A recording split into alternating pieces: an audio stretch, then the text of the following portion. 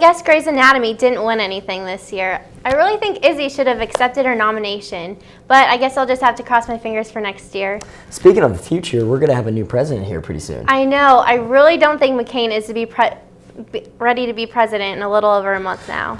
Well, there was a lot of debate with McCain because he wanted to put off the Friday night debate, but Friday night debate still happened in full force, and a lot of people were saying McCain won that debate. Yeah, they went through with it, so it went pretty well. All right, well, here's Aaron Smithmeyer and Dave Harden in Politicals with a little more on the issue.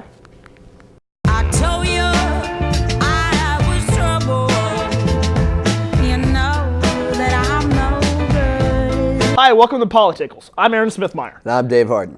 This week, we're actually going to be talking about the big debate in politics last week between John McCain and Barack Obama. All right, so what was your initial reaction of the debate? I really didn't see that go and get 'em attitude that I really wanted to see, and I think a lot of the American public wanted to see that is so characteristic of presidential debates. There really was a really calm, mellow attitude between it. And I guess that's what really frustrated me too, because the moderator did keep reiterating over and over again, you can speak to each other during this debate. And yeah, I was actually really looking forward to seeing that. He was really pushing in that direction. Yeah, because had McCain doing a lot of negative ads, Obama doing a lot of negative ads. That was something that I was really looking forward to. Well, regardless, here's a short clip of it. Let's see it.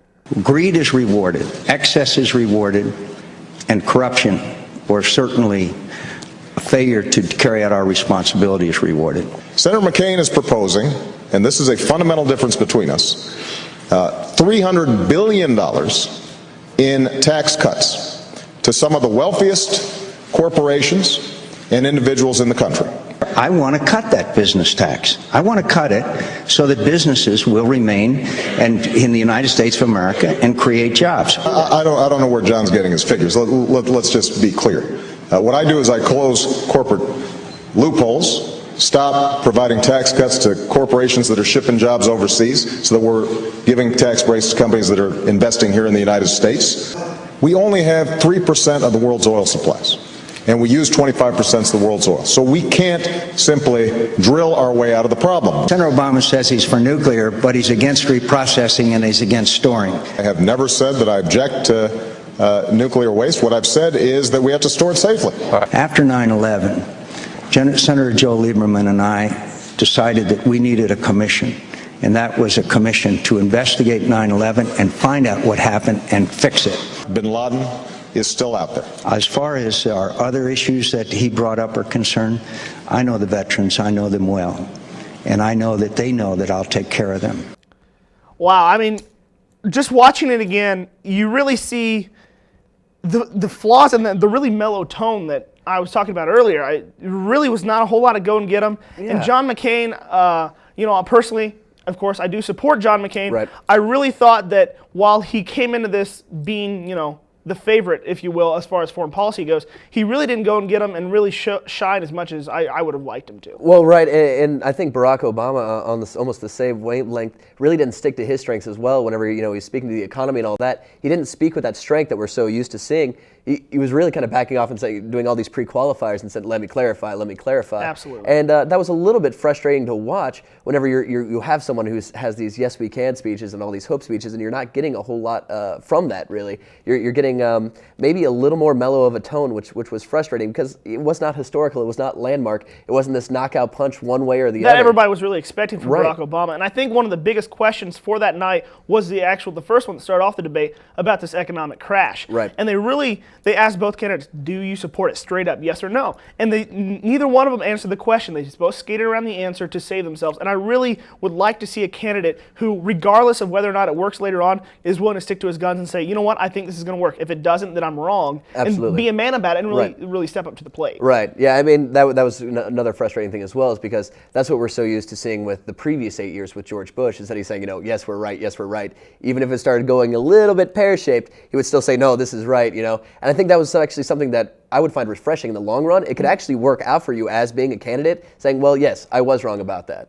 And actually showing some sort of a human imperfection, as opposed to showing just absolute stone-faced, head in the dirt ignorance. And I know that George Bush, one of the lowest approval rating presidents of all time. I think he's rocking out to 28%. He's right rocking now. out right in the It's 20s. harsh, And yeah. it's not even like a D average. Like it's down there. It really is. Now, while a lot of people, there's constant, anti-Bush, anti-Bush, anti-Bush. And I do realize that he wasn't the best president of all time, but I do believe in a respect for the office of the president. I also believe that while Bush didn't always make the right decision, I can respect him for sticking by his decisions. You know, he didn't go back and go, you know what, I didn't want to do that and try to separate himself. He took full responsibility. He said, you know what, I did make that decision. That's what I wanted to do. Right, and that's an impression that we didn't get during this debate from both candidates, was the fact that they were trying to almost explain themselves without saying exactly what they meant. And I would much rather prefer just them being straight up with the American public, because we're honestly tired of this kind of double talk. You know, I am especially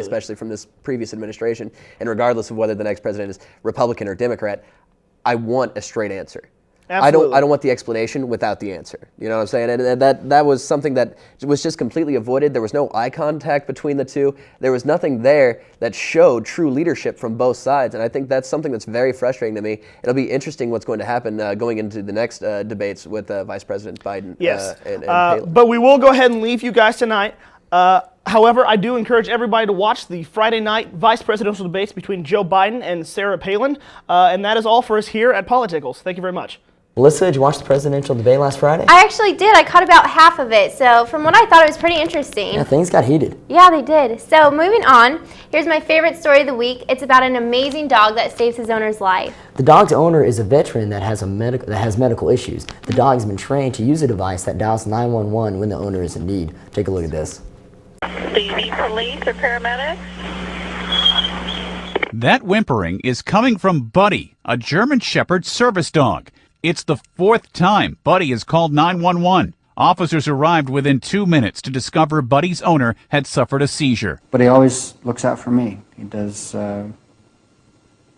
everything from the time I wake up till the time I go to sleep, and sometimes thereafter. If I'm in bed longer than he thinks I should be, he'll come over and nibble on my fingers. Stallnaker trained Buddy to call for help when he's having a medical emergency. Military injuries cause him to have seizures and blackouts. That was awesome. Yeah, it's a pretty cool dog. It's amazing how they can train animals to do those kind of things. Definitely. We have to go to a quick commercial break, but coming up soon, Jackie Walter and I have a story about mynorthwest.com, which is a change to the university website. And don't forget those crazy girls from Oh Boy. They've got stories about everything that's coming out in Hollywood. Don't go anywhere.